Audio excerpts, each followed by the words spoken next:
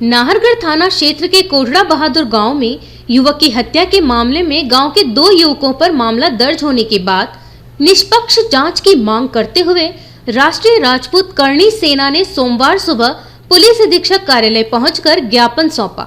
समाजजनों के साथ सैकड़ों की संख्या में पहुंचे करणी सैनिकों ने बताया कि युवक नशे का आदी था।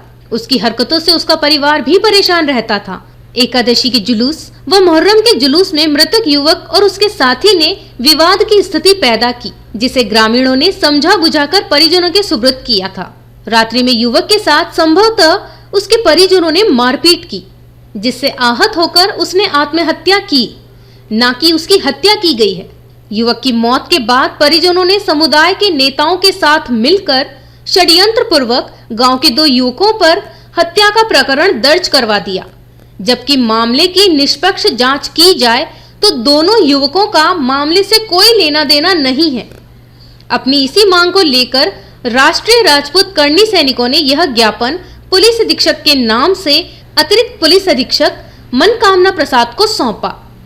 कल नाहरगढ़ थाना क्षेत्र में कोटड़ा बहादुर जो गांव है, वहां पर ढोल ग्यारस के उपलक्ष्य में गांव के सभी धर्मों के लोगों ने एक झूला निकाला था।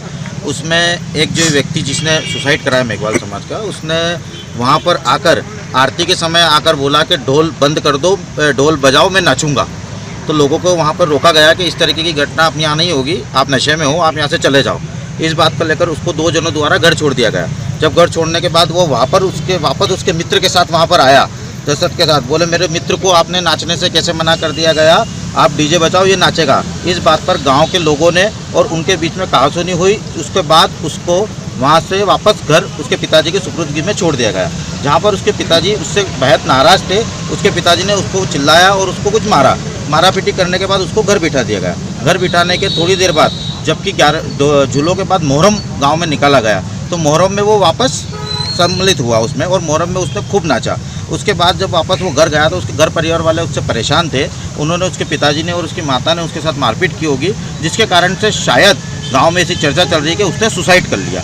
और सुसाइड करने के बाद जब उसे पुलिस थाने ले जाया गया तो थाने पे पोस्टमार्टम रिपोर्ट के लिए भेजने से पहले वहाँ के लोगों ने भीमसेना के जिलाध्यक्ष और भीमसेना को बुलाया और भीमसेना के जो भी है इसकी एक चाल चली। और चाल चलने के बाद भीमसेना ने वहाँ पे थाना घेराव करा और दबाव डालकर उस 2 व्यक्ति जो हैं विजय सिंह और जितेंद्र सिंह, उन लोगों के खिलाफ प्रकरण दर्ज करवाया, जो कि सरासर गलत है।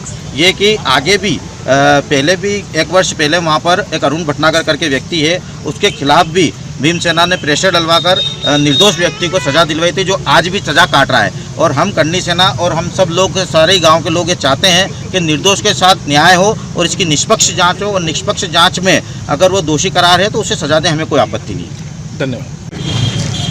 आज श्री राष्ट्रीय राजपूत करणी सेना के द्वारा ज्ञापन दिया गया। कल घटनाक्रम नाहरगढ़ में हुआ था। नाहरगढ़ में 2 आरोपी बनाए गए थे प्रकरण के अंदर। उनकी मांग थी कि प्रकरण में गिरफ्तारी पूर्व निष्पक्षतापूर्ण जांच हो जाए, अगर आपराधिक तत्व पाए जाते हैं उसके पश्चात ही कार्रवाई की। इस आशय का ज्ञापन प्राप्त हुआ। ज्ञापन को है ना हमारे विवेचना अधिकारी को दिया जाएगा। ज्ञापन के तथ्य और जो अपराध के अंदर जो अभी तक विवेचना तथ्य हैं उनको समायोजित किया जाएंगे। जिस प्रकार के तथ्य हैं उसके अनुरूप कार्रवाई की जाएगी।